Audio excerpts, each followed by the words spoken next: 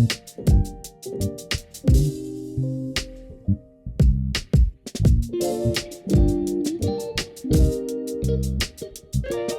I'm going to be doing a video that I get a lot of requests for, and that's a tour of my sticker shop. This studio has evolved a lot over the years, and when I first started, I didn't even really have a dedicated studio. I was creating the artwork on my laptop on the couch and setting up my printer and cutter on the dining room table. So I don't want to give you the impression that you need a setup like this just to get started. My recommendation is to start with what you can afford and slowly upgrade your equipment as you get more sales. The most important section of the studio is probably this wall here. This is where I keep all the largest and most expensive machines that I use to make my stickers. The printer that I'm using right now is the Roland BN20, and I'm not sure how it looks in this video, but in person it's a really big machine. When I first bought it and brought it home, I was actually surprised on how much space it took up. Looking at the pictures, I assumed it would fit on my desk, but I quickly realized that I would need a separate table for it. It's really heavy too. At around 80 pounds, it's not an easy thing to move around. If you're interested in the table that I got for it, it's from IKEA. It's called a BROR Workbench, and it's pretty much the perfect size for what I'm using it for.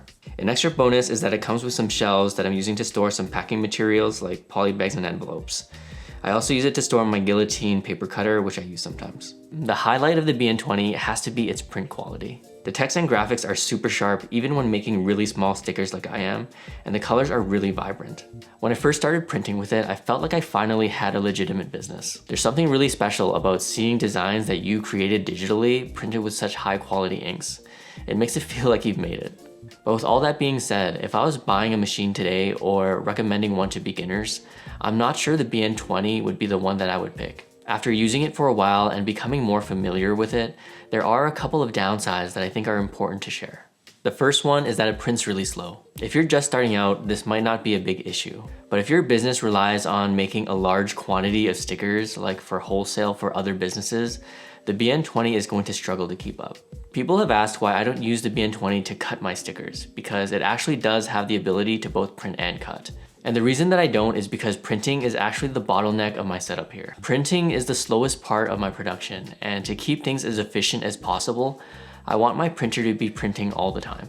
By having a separate cutter, it lets me print and cut at the same time, which drastically improves my output. The second downside of the BN20 is sourcing materials for it. The BN20 takes 20-inch rolls of material, and as I become more familiar with this printing industry, that's not a common size at all. Most materials come in either a 54-inch or 60-inch roll. So if you're going with this printer, you're going to have to find someone who can cut down these rolls for you locally, or you're going to be limited in the amount of options that you have for materials. If I had to do it over, I definitely would spend a little bit more on a larger machine, one that can take the 54 or 60-inch rolls and can print a little bit faster. At the time, I do remember looking at refurbished machines from Roland, HP, and Epson that weren't too much more expensive than what the BN20 ended up going for.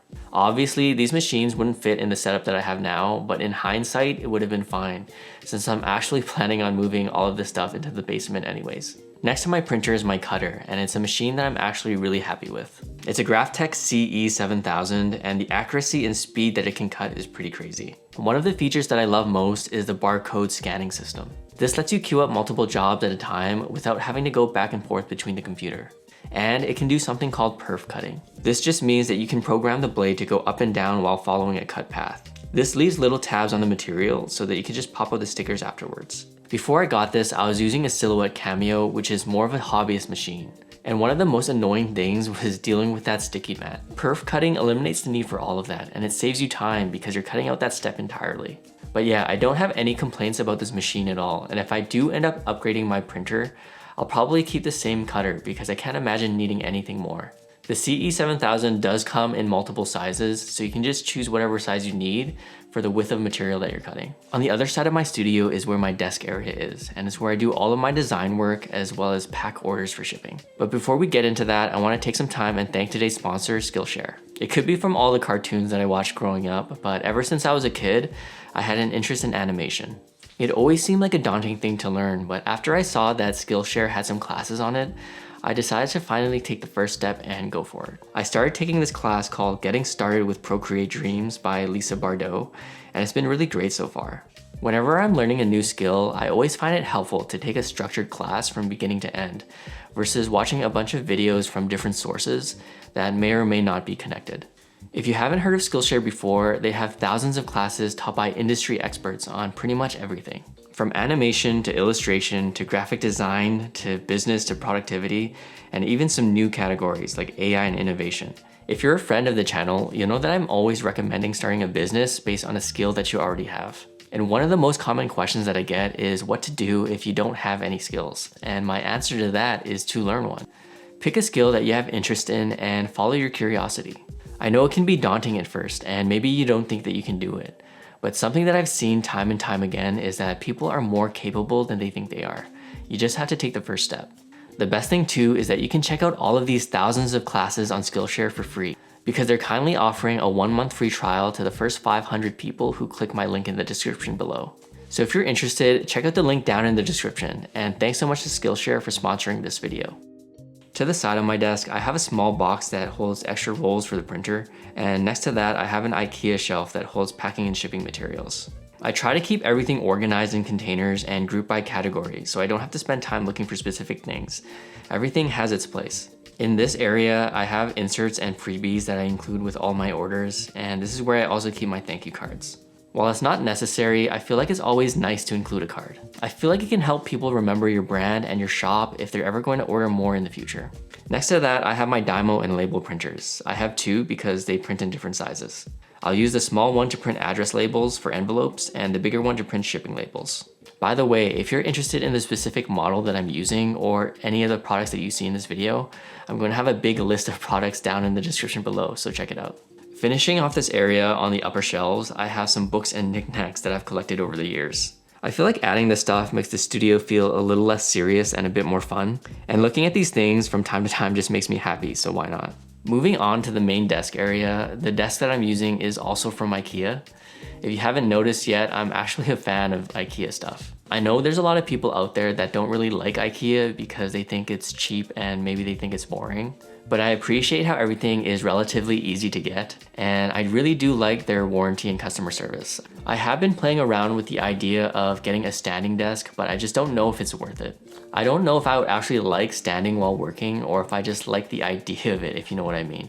For people who do own a standing desk, maybe you can let me know down in the comments. Do you still use the standing function even after the honeymoon phase of getting it? Part of the reason I'm hesitant is because I think I would get tired of standing and I would just be left with an expensive standing desk that I sit at most of the time. Moving on to the monitor, this one is from Dell.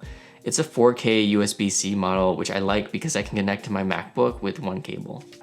I also needed it to connect to my Windows PC, so it's nice that it has multiple inputs. I don't game much on monitors these days, so what I'm looking for in a monitor is a 4K resolution and accurate colors, which this monitor delivers. The speakers that I'm using are from Logitech. They're the Z407s. I'm not an audiophile by any means, but I would describe the sound to be pretty decent on them. I like to have music playing in the studio while I work, and I felt like I needed something a little better than monitor speakers, and these ones are great for that purpose. Underneath the monitor is a timer that I get a lot of questions about. It's called the time timer, and it's something that I use whenever I'm having trouble staying focused.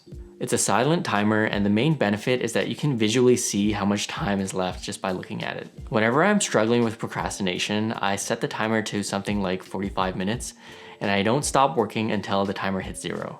I find that doing this helps me get the ball rolling and helps me build momentum to work for longer sessions. The keyboard that I'm using is the Keychron Q2. It was my first introduction into mechanical keyboards, and I really like it. It's really high quality with its metal construction, and I'm a big fan of this knob that controls the volume. I customized it with EPBT 9009 keycaps, and I'm using ACO Lavender tactile switches on them. If you don't know what any of that means, I actually recommend not looking into it. Custom mechanical keyboards are a really expensive hobby, and it's really easy to fall into the rabbit hole of them. My mouse of choice is the Logitech G305. I was looking for a lightweight mouse, and this one was the best that I could find for a reasonable price. I do also have the Logitech MX Master that I use for video editing, but I do like to switch mice every now and then to avoid getting cramps and wrist pains. I feel like I'm getting old now, and with the amount of time that I'm spending on the computer, having a lightweight mouse really helps. I put my keyboard and mouse on this desk mat here, which is also from Logitech. I like it because it makes everything look a little bit neater on the desk, and the bonus is that putting your keyboard on it makes the typing sound better. Moving on to this area here, I have a peg board that's also from IKEA. I keep random things that I need quick access to, like rulers, scissors, and tape. Underneath it, I have a cabinet that I got to hold my smaller printer. This specific model is the Canon Pixma G3260, which I use to print packing slips and random documents when I need them. If you print a lot, I highly recommend getting an ink tank printer versus one that takes ink cartridges. While they might be more expensive upfront, over time you're going to be saving a lot of money because those ink cartridges are sometimes more expensive than the printer itself. This section above the printer is where I keep a small charging station for all my devices. I feel like every home needs a dedicated charging area. We have so many devices now that it's good to have a place for all your cables and plugs so they're not scattered all over the house. Again, I want to point out that you don't need all of this stuff just to get started. If you're looking to learn how to make stickers with little to no budget, you can check out this video over here. If not, thanks so much for watching. I hope you found this useful. Take care of yourself and I'll see you in the next one. Bye.